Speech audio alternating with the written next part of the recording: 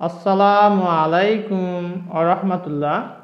Dear HSC learners, how are you? I hope you are well. Alhamdulillah, I am also well. আজকে আমি তোমাদের Comilla board 2016 সালে যে passage ন্যারেশনটি এসেছিল সেই প্যাসেজ ন্যারেশনের আমি বাংলা অর্থ বলে দেব এবং কিভাবে করে ডাইরেক্ট ন্যারেশন থেকে ইনডাইরেক্ট ন্যারেশন হয়েছে সেটি বলবো, পাশাপাশি কোন রুলসের ভিত্তিতে হচ্ছে সেটিও বলে দেব ইনশাআল্লাহ। তো চলো আমরা ক্লাসটি উপভোগ করি। Change the narrative style by using indirect speeches. অর্থাৎ এই ন্যারেটিভ স্টাইলটা ডাইরেক্ট আছে, আমাকে ইনডাইরেক্ট করতে হবে। পরীক্ষাতে কিন্তু ডাইরেক্ট থেকে ইনডাইরেক্টও আসতে পারে, ইনডাইরেক্ট থেকে ডাইরেক্টও দিতে পারে, তোমার দুটাই প্রস্তুতি রাখতে হবে। One day Hazrat Umar Rajiallah became shocked to see the sufferings of a woman and said, "Where do you live?"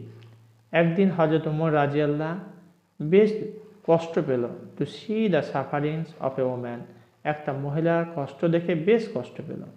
And said, বলল, হোয়ার ডু ইউ লিভ, আপনি কোথায় বাস করেন? দ্য ওম্যান সেড, মহিলাটি বললেন, I live in a poor hut south end to this town, এই শহরের দক্ষিণের শেষ অংশে আমি জরাজীর্ণ কুড়ে ঘরে বসবাস করি। আই অ্যাম হাংরি, আমি বেশ ক্ষুধার্ত। But there is no food in my house, কিন্তু আমার বাসায় কোনো খাবার নেই।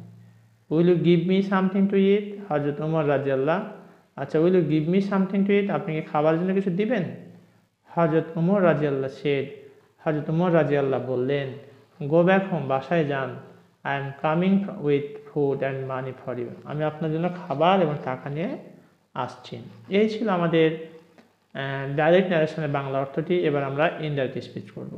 প্রথমে দেখি, ওয়ান ডে হযরত উমর রাদিয়াল্লাহ became shocked to see the sufferings of a woman and said, where do you live. যেহেতু প্রশ্ন করছে তাহলে ইনভার্টেডটা উঠিয়ে দিব, ডব্লিউ চর যেটি আছে সেটি বসে যাবে।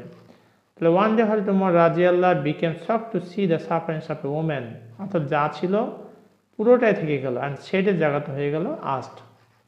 যেহেতু এখানে প্রশ্ন করেছে, এখানে রিপোর্টিং ভার্ব চেঞ্জ করে আস্ট হয়, আস্ট বসানো হলো, হোয়ার যেভাবে আছে এখানে হোয়ারই বসিয়ে দেওয়া হলো। এবার দেখো, ডু ইউ লিভ, এখানে ইউটা কেটা, ইউটা কিন্তু মহিলাটি, এই যে মহিলাটা আছে তার কথা বলা হচ্ছে, তাহলে এখানে সি হবে, where she lived, where she lived.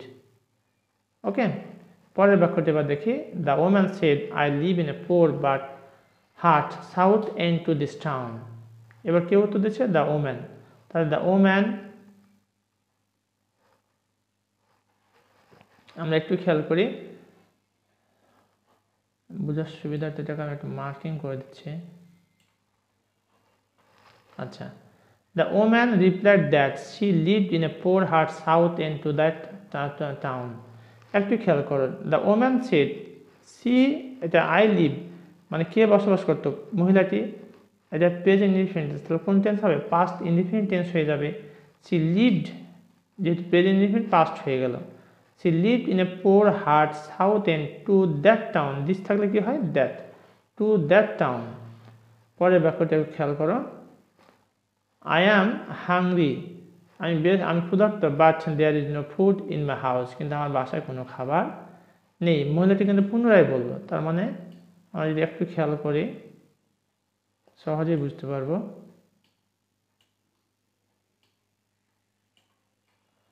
She added that she was hungry, একটু খেয়াল করে, এখন I am hungry মানে she was hungry।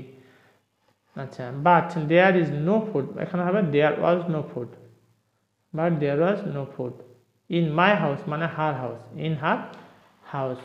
এবার আমরা তারপরের বাক্যটি খেয়াল করব, এতটুকু, will you give me something to eat, আপনি কি আমাকে খাবারের জন্য কিছু দিবেন? এই প্রশ্নটা কে করছে? মহিলাটি করছে। কারণ শি অলসো আস, সে আরও জিজ্ঞেস করলো, কি জিজ্ঞেস করলো? If he would give her something to eat. দেখো খেয়াল করে, উইল ইউ গিভ, এই ইউটা কিন্তু হযরত উমর রাদিয়াল্লাহ, তাহলে এখানে হি আর উইলের প্রশ্ন হয়েছে would, he would give, me মানে হার, মহিলার কথা বলা হয়েছে এখানে, হার সামথিং টু ইট।